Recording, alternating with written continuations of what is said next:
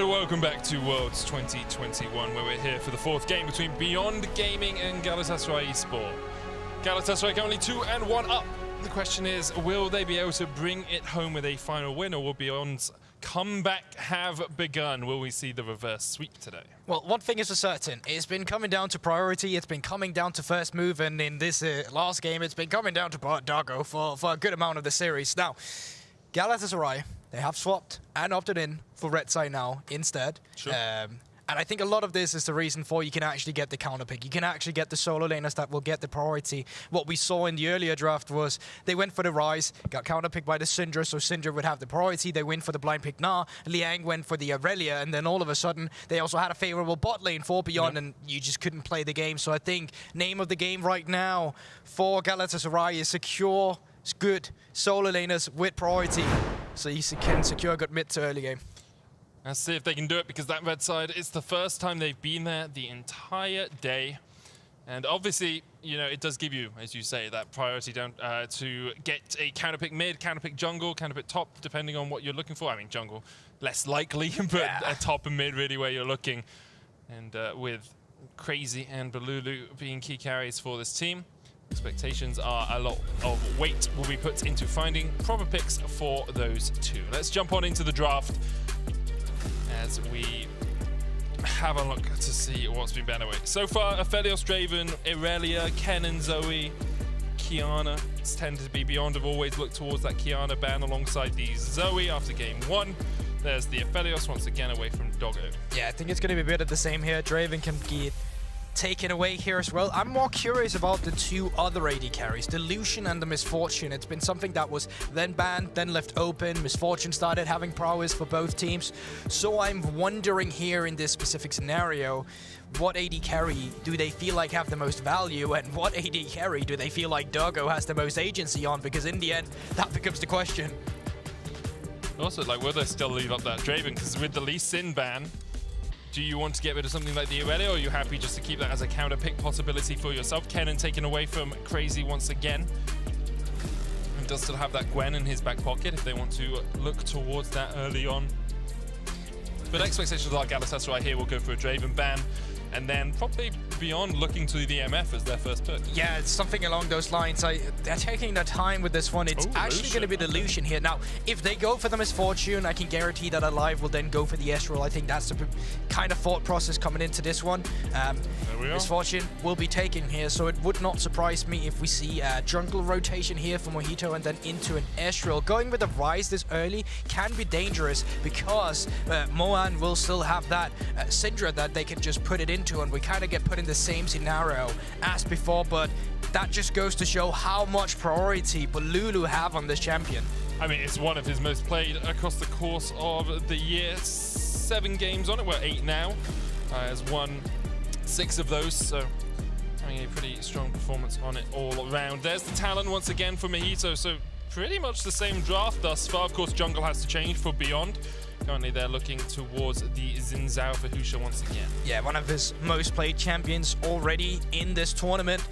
And for Moan here, either you decide to pick that mid laner where you want to challenge the priority against Balulu, or you just wait and have it banned away. And no, I think wisely they go for the Syndra here, which does make a lot of sense. Now, I think you have to pick your AD carry here going into the next one. They'll just get banned away. That's what we saw happen in the first game, where Beyond Gaming waited so long with picking the AD carry for Doggo to the point where there just really wasn't a lot to go with here. So Ezreal, I think, it's the only real answer you have left here.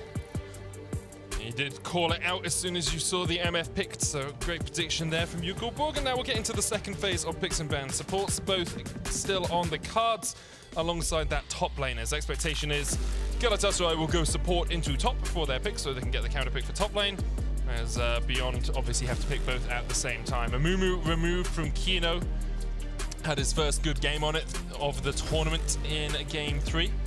Definitely, and I think this is a nice scenario here from the side of Galatasaray, because on Beyond Gaming, you can't really ban supports away because you're still missing your own support champion to pick, and all the supports players basically share the same champion pool. Up towards the top side of the map, Liang doesn't play the Gwen as much as Crazy does, so you can start taking away some of Crazy's comfort champions. This also means, though, on the side of Galatasaray, you can ban away another support and leave open the Leona for yourself here. And I think that's the thought process with taking away the Braum, is that you have that Leona freebie going into a 4th pick here, and then leaving counter pick open for top side.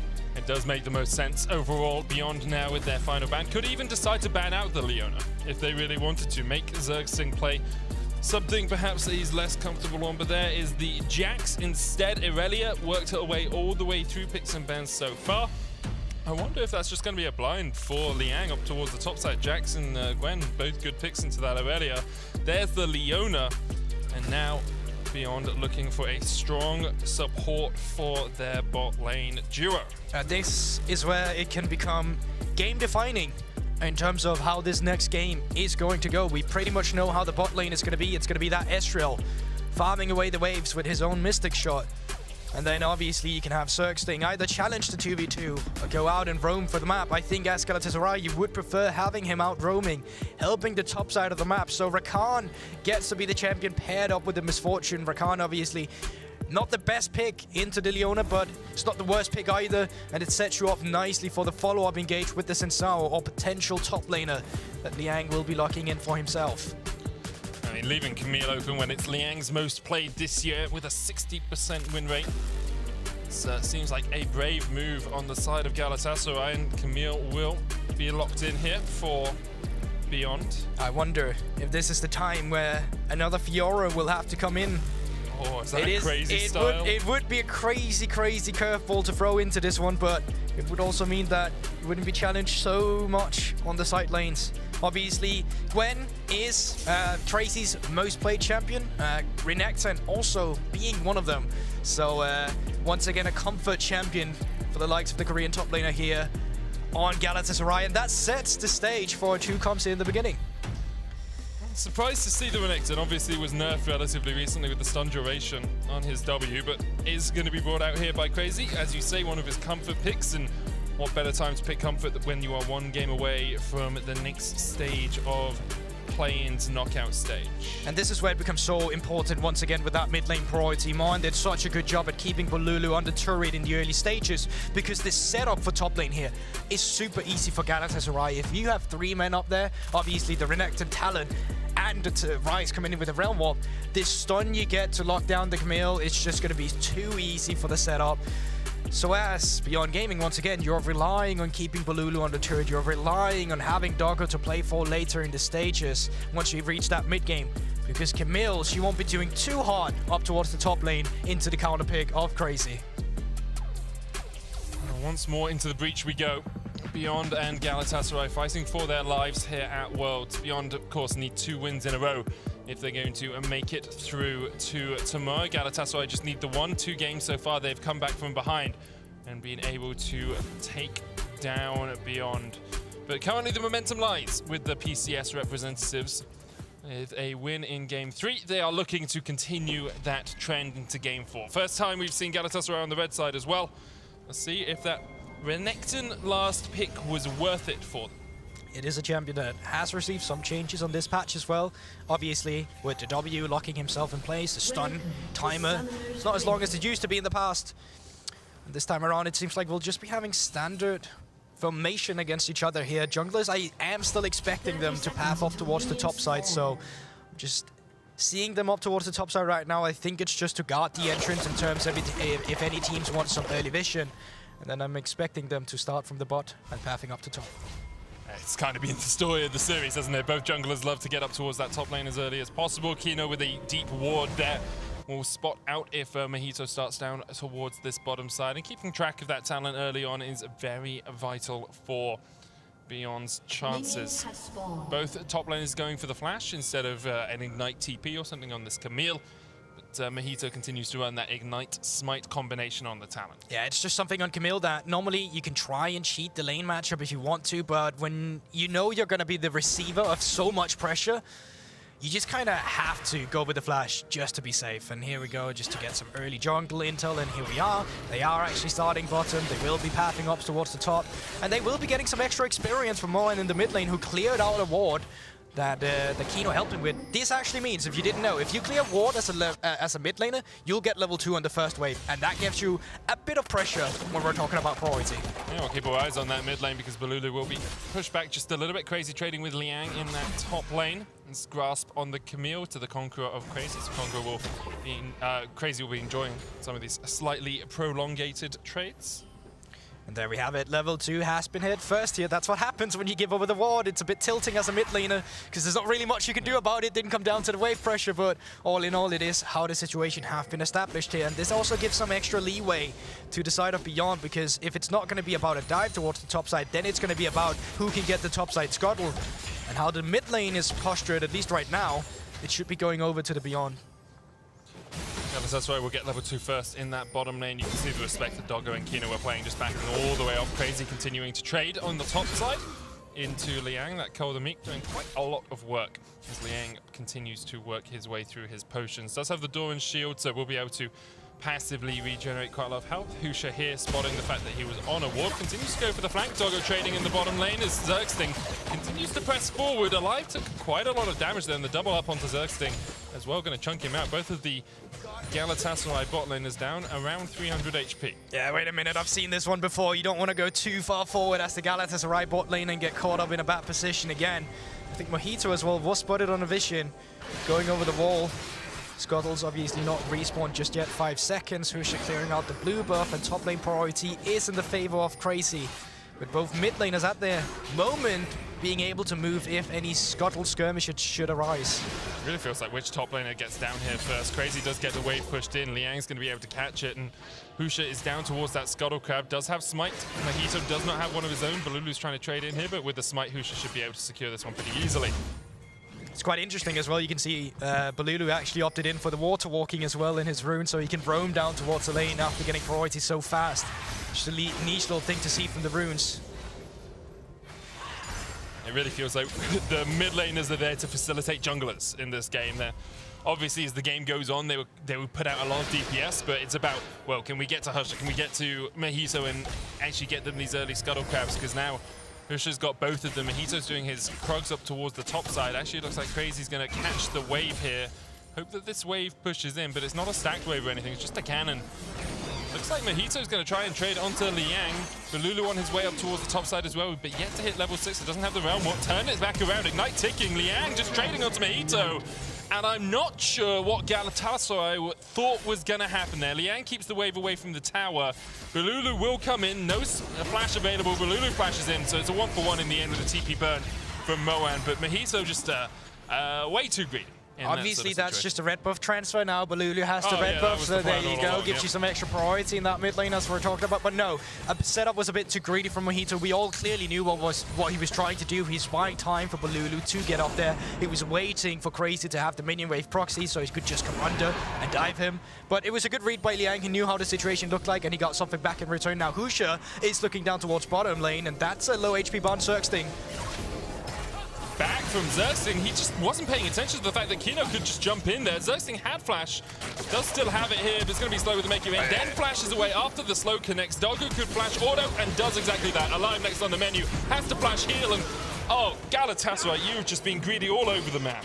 Yeah, I think you just get out of this situation there. Really nice by Husha coming down there. I don't think you could have cancelled the recall for Zergsting. What he was trying to do is just make a channel so he could get back as soon as possible.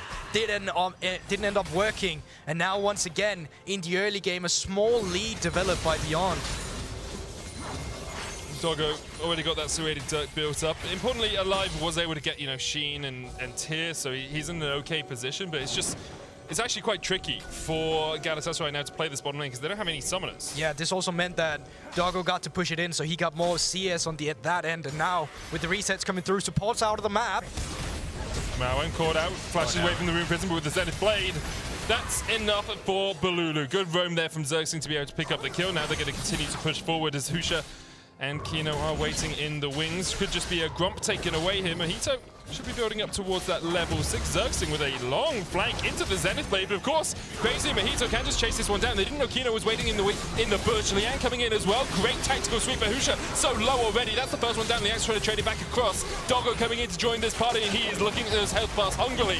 Crazy pushing forward, but he will fall as well. Doggo gets the kill. Yeah, you can see Balulu was trying to make his way up there. He had the Realm Warp, but in the end, it's just Galatasaray overforcing a little bit. And that's also what we talked about with Doggo being down in the bot lane, pushing in the bot wave for himself, which meant that he had the tempo to move up towards the top side first, while Alive was spending so much time walking back here. Now, it does have a price. You are losing a bit, but in the grand scheme of things, you're still very happy about the trade here for Beyond. Across the board, you can see Doggo actually gaining overall about 150 gold out of that prolonged trade. He lost the plate down towards the bottom lane. Mid lane, large lead for Balulu, 2-0-0 on this rise. One of his signature picks. Continues to be impressive on it, but last game he really wasn't able to have an impact in the mid-game team fights. So we'll have to see if he can do it in this one, because although there has been a lot of action, Galatasaray are actually even on gold still here with Beyond. Yeah, but this is also one of the more action-packed games we've had in this series so far, and the fact that we can see Doggo all of a sudden being one of these members with priority, moving up towards the top side instead, is the exact opposite of what we've seen in the past, with the rest of Beyond collapsing around Doggo. So the fact we get to see Beyond use the pressure, not from the mid lane this time around, but the bot lane to influence the map, is super nice to see. Obviously, Zergsting started it out with his own Leona roam, but it's just both teams right now not willing to give up the priority on the different sides of the map. And you can see where those advantages have been built as well. Like Crazy has a 20 CS lead in the top lane. Liang has been forced behind, even though, of course, Liang was able to pick up a couple of kills in those prolonged trades. Balulu has a lead in the mid lane as well. No CS, but 2 kills to naught. Whereas Doggo, once again, for Beyond, is the key focus. And that's the priority we talk about once again. Bot lane is pushed in. It means Kino can move up first. They can start the Rift Herald quite comfortably. There's no way for Galatasaray to actually contest this objective. So right now, nothing they can do. Mojito forced to clear his Krugs. The laner still just picking up the waves. And it leaves a play open for Beyond to now have the Rift Herald in inventory and go for a gold extension or lead in whatever lane they would prefer. Question is where they decide to put that down. Mojito roaming around here. Liang, very low damage from Crazy. Iron Spike whip. Absolutely whipping Liang into shape. Husha here, but should be able to survive any possible dive, of course, with the Crescent Guard. Husha is relatively safe, just wants to catch the wave, wants to catch this XP. Liang no TP, so wouldn't have been able to get back here quickly to take it anyway. Mojito is going to look to take this blue, and Balulu using the fact that he shoved out the mid wave to come across and steal this one alongside his jungler. Should be able potentially get a Wolf Camp as well here. Reset timers are coming through, and mid lane has just been pushed in. Down towards the bottom lane. That's a different story though for Galatasaray, with Zergsting being a bit aggressive. I was wondering if perhaps they were looking for a TP. Balulu's is only a couple of seconds off cooldown, and he has shoved in that wave once again. They might just be trying to keep Liang away from this wave. 2 plates have already fallen in the top lane for Galatasaray. Liang is here, and no one from the rest of his team is on this side of the map. Liang's going to be able to get away for the moment, but the Realm Warp will chase him down. Liang now Rune Prisoned, has already flashed. There's a great Hexa Ultimatum to keep himself alive. The Ignite will tick. Liang forced away once again, but now this means the Rift Herald can be used in the bottom side. Doggo wasn't taking up the tower. That's the Rift Herald coming down. Bullet time used as well, and Zergsting should be the first to fall here. Great Solar Flare will get the stun onto Husha, who has to flash away with the Crescent Guard. Rift Herald comes in, does not take down the tower, so Alive will survive. TP's coming in, but that's Balulu to the mid lane. Yeah, so nothing is going to go on later in the exchange here for Galatasaray. They're leaving Alive alone, and he's fighting Doggo right now. He should be able to walk away from this one. Actually burns the flash just to make sure that Kino couldn't go for the grand entrance. 5 plates once again in the bottom lane here for Doggo as he gets one more auto attack down to take down the turret. Mojito trying to catch out Kino. Kino does still have the flash grand entrance and can battle dance as well as the case may require. Yeah, no ultimate for Mojito just yet, but they're still fancying this one. Teleport is coming through from Crazy now, but the rest of Beyond, they're just going to reset. This TP is not going to gain you anything significant. You can start up the Drake, but I think you are going to be able to do that regardless. So Galatasaray really fetching, seeming a bit desperate here. It looks like they might be trying to get as many plates as possible down towards this bottom lane. They didn't even start up the Dragon. Alive can now push forward towards that tower. Dragon started, as you said.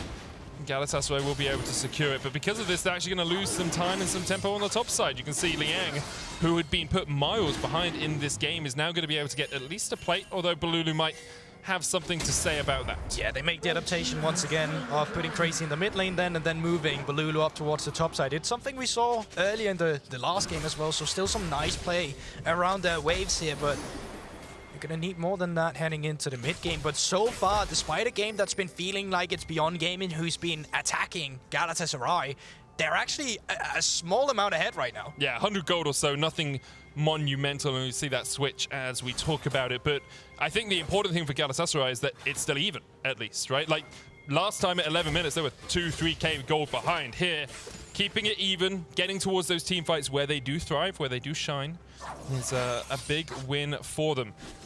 And alongside that, all the gold isn't focused on one person. But previously, it's been Mojito, you know, with 3 or 4 kills here. Balulu has a couple. Crazy has a sizable CS lead, you know, 47 CS at the 12-minute mark is nothing to be sniffed at. Alongside that, has already finished off his Gore Drinker. But right now, towards the top side of the map, you can see that Beyond Gaming has been doing a good job at setting up their own aggressive vision here, so it's letting Lian have a bit more breathing room. There's a ward towards the Raptors, you have the wards up towards the Crocs here, and in the lane as well. So this top side is completely secure right now with the vision. This allows Liang to just pick up the waves while the rest of his team is chilling with the plates that they can get for themselves. It's usually Doggo who's been given over these plates. 5,600 gold already on the AD carry, more than 1,000 greater than anyone on his team, actually almost more. Huso is just above the threshold for that. But you can see Doggo always the key target for Beyond. Realm Warp. Realm Warp, a possibility here for Balulu, but he might just chase this one in. He's got the Rune Prison, stand back with the Scat of the Week, continues to chase as Mojito going in as well. Zosin going down. There's the cleanse coming out with the Soul of there. We'll get the stun still though. Alive, dead before that stun can land. Meanwhile, in the top lane, TP's coming in as Beyond look to take another trade. Crazy getting forced away. Xerxing still chasing. Crazy flashes. Will be able to escape underneath this tower mountain with a flash as well, but still Crazy able to survive. I'm sorry, what? Crazy was the one going 1v2. He needed to teleport, and then he started to back off. Yep. That is the exact top lane pressure you need, because now you pushed in the mid lane and you've caught Beyond in a little bit of a chokehold here. Balulu needs to be careful, just doesn't want to get caught out. He's the key damage source here. He flashes in, Wind becomes lightning coming out as well as Mojito tries to dive onto the backline. Mauan already down, exhausted, a little bit too late. Balulu has fallen. Mauan's going to try and trade in here, but that's another one as Mojito takes it. Liang getting forced away by Crazy. Ruthless Predator for the stun. Liang still able to survive. Yeah, not over chasing it this time around, but you get some nice gold on towards Mojito and Balulu in that exchange there. You can see Mojito now on a killing spree, actually, with the extra shotgun gold that he's been able to net himself. And up towards the top side, Crazy, he should be able to finally take down this turret. I say that, no, TP comes in and will save it. But it's just how scary he's becoming on this Renekton, and it shows why it had the priority it did towards the fifth counter pick. Have another look at this trade in the Axe replay. Mojito goes in with the shadows up for Lulu flashing forward. And it just becomes a situation where it's a really nice knock-up from Kino, keeping Mauan alive for longer than he probably should have been, but with the extra priority to come through from Crazy, there's no way they can actually chase this down. AD carries are resetting as well, so Mojito opts in to not overdive this time around. It's something that can always be a foil for some teams, just that little bit of adrenaline, the rush of blood to the head that makes you want to be a bit more aggressive. Gold still pretty even between these two teams, although Beyond Gaming have extended a 500, 600 gold lead. They are going to get their second herald of the game as well, as we have yet to see a tower fall for Galatasaray, but Balulu might want to change that instead. Just once again shoves in the way. Vision control so strong for Beyond that it's actually very hard for Galatasaray to continue to push in, because they really don't have the awareness of where anyone from Beyond is. You know what, coming from a team as Beyond, where they had so many issues setting up objectives, they've been doing a really good job this time around to actually sharpening up this vision that you're talking about, Medic. Even now, Mojito down here, he will be spotted out. Moang can just back off, but... That's the Scat of the Week. Kino is here. Grand Entrance going to get the knock-up onto Mojito. Mojito was just too greedy here. Shadow Assault does get him to safety. He's ticking. But that was a lot closer than I think he wanted. But it gives beyond that agency that we were talking about, the fact that they can rely on their teammates to be at the right time because they have the intel to go for some of these plays. And now, with Mojito forced to back off with Bululu down towards the bottom side, they're going to be using this Rift Herald around the mid lane for Dogo here. And that's going to crack that mid lane tower. Doggo gets a couple of auto attacks in, the tower goes down. Extra 200 gold in the back pocket. They'll try and shepherd the Rift Herald in, but I'm afraid Zergsting is having none of that. Kino's in a good position for the flank. Obviously doesn't have the quickness, doesn't have his flash either. But getting these deep wards can be so good into a Talon. They need to be a bit careful though here, because Crazy does have TP advantage. So if Galatasaray wanted to or was quicker, the setup just isn't there. So yeah, there we go. Beyond able to pick up their first Drake for themselves here to keep a potential stacking going. It is going to be that Infernal once again, which is a really good Drake for just spice things up a bit once we reach that late game. I mean, it's great for Syndra as well, the amount of burst. And Syndra and MF, I'd say, just love the amount of burst that you can get out from the Infernal Soul. 2 items already complete on Doggo with the Eclipse Yumus. He's in such a powerful spot and continues to show just why the team invests so many resources into him.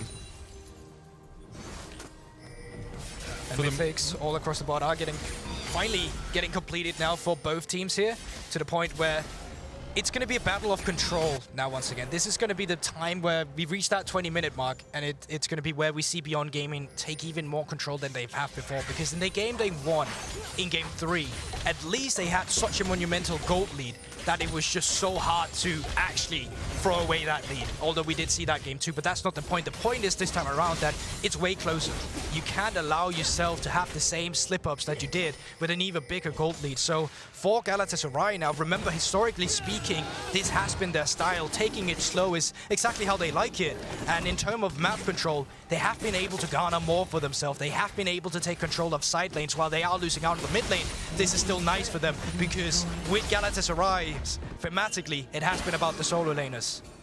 And definitely has Blulu's in a good spot to output quite a lot of damage in these later game fights. 2-1 and 2.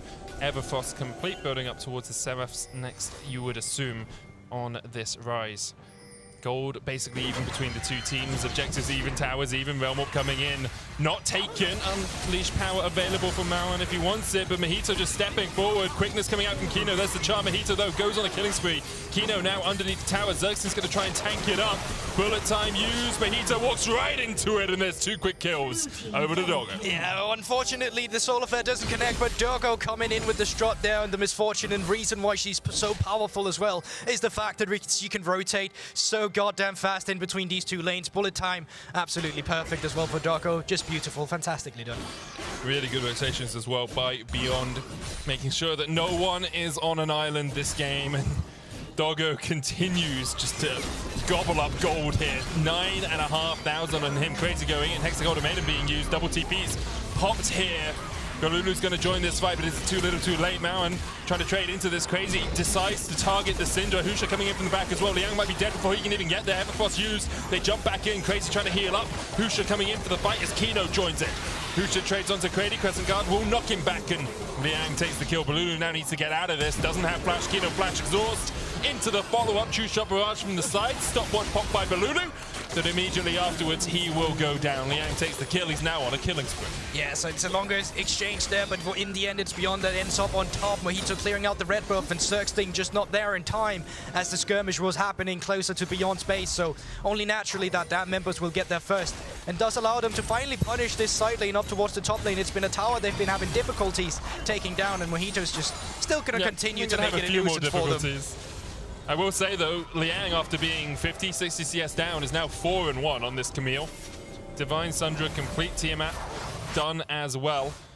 And you wonder whether or not they've shut that Camille down well enough. Crazy, of course, does still have Flash, Ruthless Predator for later fights. You can just jump onto a single target, but can become a little bit tricky as these fights go on, especially with how strong Doggo is. Mojito coming in here, Zergsting flash, Zenith Blade, lands the stun, there's the Solar Flare chase, Shadow Assault, and that is a very dead Syndra. Great stuff from Galatasaray. It's super nice done by Zergsting. He navigates himself in the enemy jungle where he's not on vision. Mojito does get spotted out, but he's a Talon, so he's just gonna jump over the wall. The flash to punish, no summoner spells on Mauan. Nicely done here by Zergsting, finding ways for his team to stay even in this game.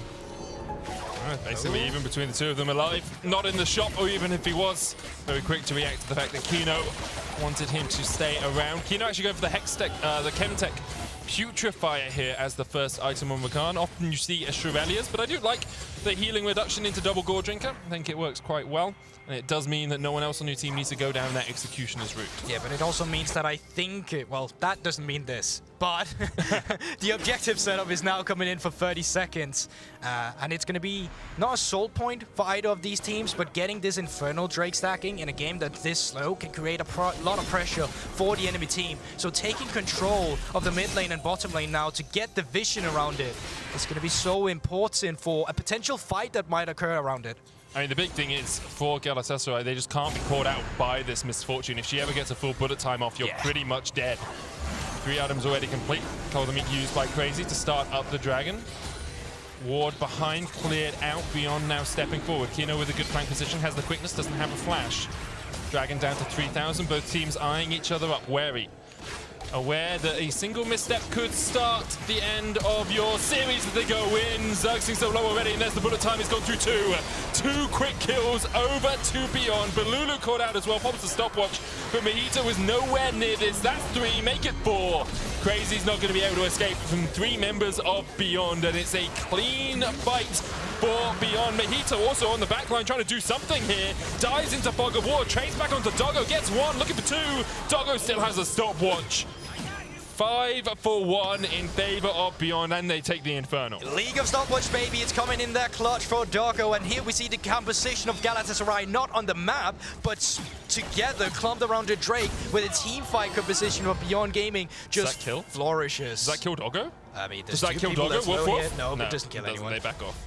But it makes them back off. And in the end, you can see how many difficulties Galatasaray all of a sudden face. They don't have that backline access. It's super hard for them to get on the key members of Beyond. And even if they do, there's the Crescent Strike to just take care of you and knock you away. On the other hand, though, you had the Rakan, you had the Xin Zhao just dashing in together with the Camille, and because of this, there's nothing Galatasaray could do. The team fighting was just supreme from Beyond. And that was team fighting at an even keel, maybe 700 gold difference. Now it's up to 3,000 in favor of Beyond. They have their second Dragon, of course, didn't take the Baron off the back of that, but we have a 7-0-5 Misfortune who's at 3 items, almost bit her 4th, the last Whisper sitting there, waiting to be completed. And it just becomes trickier and trickier. And Galatasaray got early leads in the top lane. Have another look at that Dragon fight in this Axe replay. I'm curious as to why they started it as well here. They get split up here, Zergsting trying to look for the Syndra, but even if Zergsting finds it here, you'll have to fight your way through a potential zoning bullet time or just the other people waiting around for you, and it's just so difficult to team fight. Oh, what are you doing there, Liang? Hexa Golden comes out. That's a shutdown. That's huge for Baloo. 600 gold in his back pocket. I guess he just didn't expect Galatasaray to be in the area because Beyond were pushing in the mid lane tier 2, but Galatasaray willing to give up that second tower to make sure that they can find a kill. Yeah, so the power right now of Beyond is them staying together, being a team, getting these objectives taken down. But on the other side for Galatasaray, it's about these individuals making sure that they can find the picks on the side lane, and Teleport has now come through. No way. They might try and sneak her. They might have been looking to see perhaps if Doggo overextends. Marwan now down towards the bottom side. There's the Dominus with this Predator stun. Marwan pops a stopwatch. We'll have Scatter the Weak. Can Crazy dodge it? Flash away. Scatter the Weak still used. Crazy should be able just to slice and dice, but Doggo's on the way. TP coming in, and immediately Galatasaray like, okay, you want to invest everything in the bottom side? We're just going to go for the Baron. Crazy will sacrifice himself for the good of the team. Baron will be taken for Galatasaray. And that gives them a very big window to get back in this game. TP is expended, but that's way too late. Great bait by Crazy there in that situation to just get a TP expended as well, and no one paying attention to the fact that Baron has been on the map. So Beyond in the mid game as well, just a little bit of a slip up here, pulling Galatasaray back into the game. They're still going to struggle in the team fight scenarios. It doesn't all of a sudden just make your composition better at that than Beyond, but it allows you to open the map up on the side lanes instead, and that's exactly what you want to see as Galatasaray. And it does deny that option from Beyond as well. Just keeps you in the game a little bit longer, means that you can get to 3 items on the right, 3 items on the Ezreal before you lose too much more. You can see that Red Bull Baron power play is going to start going towards those negative numbers pretty rapidly, only plus 500, but importantly, they have taken it away from Beyond. And Galatasaray find their windows, find their opportunities to get something out of this game. Yeah, but they also need to wait for Crazy to respawn before Galatasaray can fully utilize what their composition wants to do now. So you have Bululu in the top side clearing away the enemy jungle, and then he's going to be taking care of the top tower. He's going to be pushing back a little bit to buy his own teammates room towards the mid lane, towards the bottom lane. That's the thing with 1-3-1s. You don't want to be the only member who's pushing forward. You want to take into account where the enemies are before you step too far forward, or else you'll just get caught off guard. Yeah, especially since this Beyond composition is very good at diving on you. You know, Camille, a Xin Zhao can isolate you pretty quickly, and of course the Rakan is there for any initial CC that you might need. Galatasaray will be hoping to break this tier 1 in the mid lane at some point, but all of Beyond are making a beeline for the mid lane. Beeline to defend the hive that is this tower. Alive continues just to chip away, but won't have enough damage to really make a meaningful impact. Yeah, and you can see both solo laners are recalling now. Bululu doesn't have TP, but Crazy does, and I think they want the last resets before this Drake starts in 30 seconds. So now you talked about 3-item power spike medics. Bululu finally sitting on those 3. Unfortunately, the rest of his teammates just not at that point just yet. But it looks like they still want to threaten the idea of it, at least with the Baron buff they have to get that extra pressure. Mojito up into top side. Obviously, he's playing Talon, so he can be down in bot lane, well, as soon as he wants to, realistically speaking. I wonder if there's just an argument just to give this up. Do you give up the dragon, you put pressure down towards the side lane, you have Baron buff for the next 40 seconds, just be like, okay, we'll take some tier 2s. That seems to be what Mojito's decision has been here. It's not Soul, it is only Soul point for the side of Beyond, assuming you can apply pressure in a couple of different lanes. This can work out. Bululu is shadowing there. Rakan still in the mid lane alongside Doggo. Kino there to defend. Liang going in as we look towards the mid lane. The Dragon about to go down, but Liang is already dead. Baron buff remains. Dragon secured. Alive diving in. They're looking for Husha, who has to flash. This is an inhibitor tower for Galatasaray. Maybe even an inhibitor if they can continue to push in here, but Kino is on his way. Mojito and Bululu will have Realm Warp to get out if they so desire. Quickness popping. There's the Shurelias as well. Mojito still on the chase. Kino going in. Rune Prison would have been enough, but the bullet time comes out. Bululu pops a stopwatch. Can you turn this around? Bululu, you need to do so much. Can't do it. Doggo chased out. Alive now in a bad position. Zenith Blade goes wide. Alive is down. TP coming in. There's the Solar Flare as Crazy goes in with the Dominus. Husha underneath the tower. Zergsting there tanking up as well. Good scatter of the week. Zergsting flashes, but he will fall as well, and it's all over the place for Galatasaray. Looks like they tried to bite off more than they could chew. Crazy's going to try and run away, but Husha will just be able to sustain up through this. Exhaust comes down as well. Crazy. Well, that sequence of plays was. It's an ace for Beyond in Galatasaray. They just tried to do too much. I like what they did initially. You called out the play medic. We're talking about how they were going to give up the soul point and then try to create their own pressure on the top side, but they wanted too much. They got too greedy. And that's fair for the top side. You know what happens, okay? We've all been there. But then what happens in the mid lane, you getting engaged on while you have members performing a play on the top side, with then Crazy TPing in, just takes away so much of your tempo. Now you don't have that extra TP in the side lane. Now Bululu will be the only one with it. And now you are on a timer, because the next Drake will be in an Infernal Soul. So this is really smart from Bululu. He's actually hiding outside in Fog of War. Yeah. This point, you get the tower. You try and think that maybe you can lock down Kino and Doggo. Realm Warp you can't use because the quickness is there. Yeah. Pretty impossible to escape. I just don't understand what Mojito is doing in this instance while he's not just running away. Doggo has that Shroud, he has that damage, and, you know, Cyril Descroch just performs that extra slow. So a mishap or misplace from the side of Galatasaray, unfortunately. And then the mid lane play, it's like Alive and Zergsting obviously either rotating towards the top lane, trying to get there to help their teammates, or just caught out, because really you shouldn't be in that position. You should back off and chip away. You had Baron, still 3,000 gold between these two teams. Baron up in a minute's time as well. Galatasaray very much against the ropes. Beyond continue to pull them around the map. But this is looking really good for Beyond, because we've already seen what they do as a cohesive unit. Their team fighting is just better at this point in the game. So if it comes down to Drake spawning and you're already on the objective, it's going to be difficult for Galatasaray. So right now they need to abandon some of the fundamentals of League. They can push in a lane, but in the end it's going to come down to them finding a pick so they can create a man advantage before a big objective. I mean, at the moment they have a 5v4. If they can find this before Liang comes in for the teleport. Beyond, though, continue to hold them at arm's length. Solar Flare goes down. That's only onto Moamu. Mojito in a good position. Husha maybe looking for the engage. There's the quickness coming out from Kino. Wave cleared. Both teams fighting over priority, but remember that with Liang pushing in, Beyond can just rotate up towards the top lane. They can move up there as 5. Zergsting continue to look to clear out these waves. Alive chipping away as much as he can. Another ward goes down. And Beyond do exactly that. They move all 5 players up towards the top side. Tier 2 is going to go down. They might even look to open up this inhibitor. Of course, and that's one of the disadvantages when you're only playing one lane, but as Galatasaray, you try and you kind of have to. Yeah. Now it becomes a 5v5 though. Hexagon in coming out, there's a bullet time as well, and the quickness! Oh my god, that bullet time was absolutely disgusting. Doggo kills Mojito, he will fall to the tick, doesn't even do that, he survives in the end.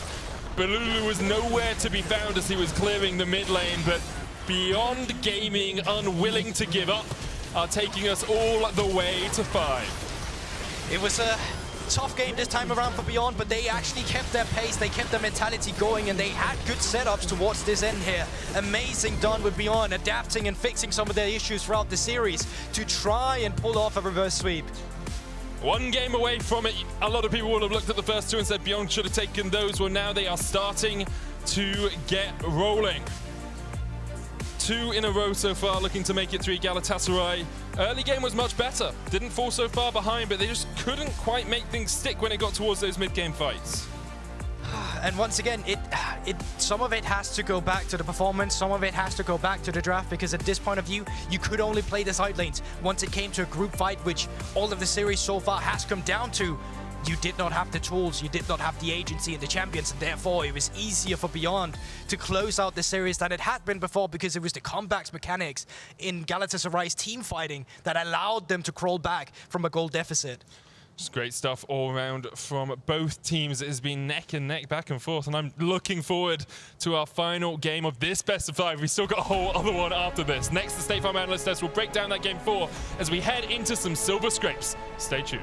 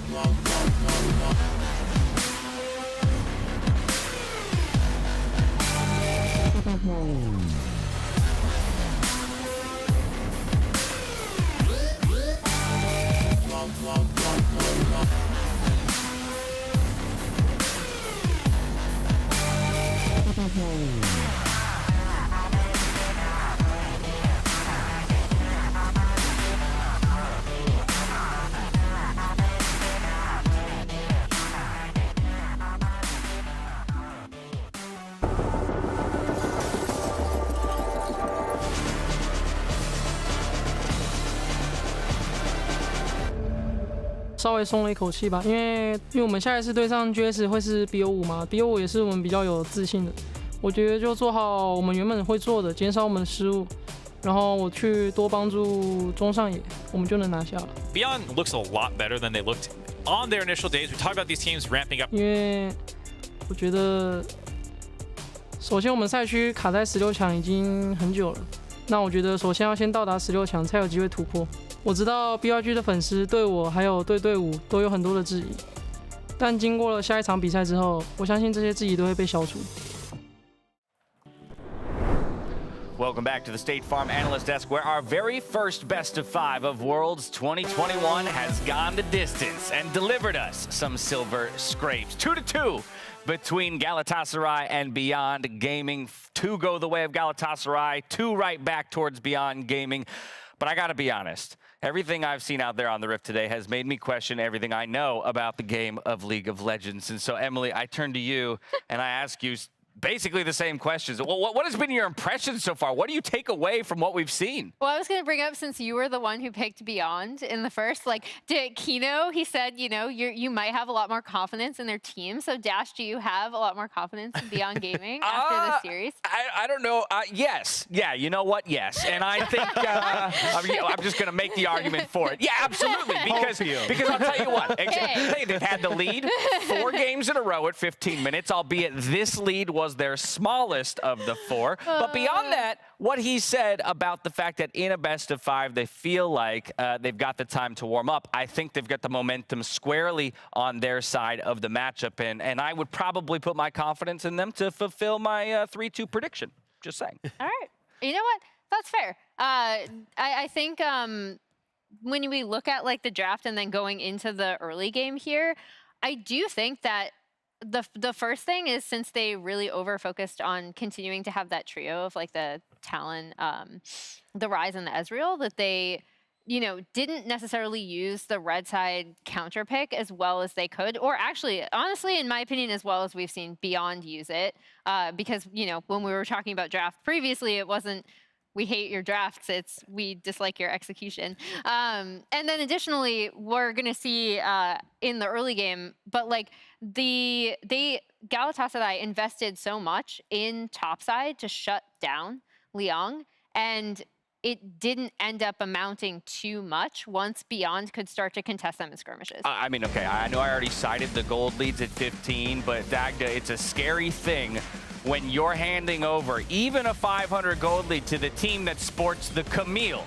in the top lane against a Renekton. Yeah, and that's the thing, like, we actually saw them, as Emily was saying, there was a lot of resources dedicated to this, but they kept messing up the execution. You see it there, Mojito ends up giving a kill to Liang. Okay, cool, we kill him, he ends up losing 2 waves, but now he's got to kill him. We saw when we got to, like, the 20-minute mark, you had given 4 kills over to this Camille off of plays that, as you can see on your screen, really shouldn't have gone this way. They overcommitted, they overextended, and it meant that you were able to get a lot of those resources still given to the Camille regardless. And especially for Galatasaray, when you're playing the Renekton and you're going this Blade the Rune King build, you are on a timer. So the fact that you've now got Liang with all these extra kills, there's not a hope you're going to be able to win. Well, and the thing I'll bring up is that, yes, top of day, Emily, we pointed out Doggo, but that has been the consistent factor for Beyond. The person that you threw alongside him as a difference maker for this team was Liang. And so, again, I got to question, you know, the strategy choice by, or rather the execution, maybe not the strategy choice by Galatasaray, to be able to hand those things over to Liang and put him in a position where he can't be contested in the side lanes if he wants, or he just becomes a team fight menace because he's a super fed Camille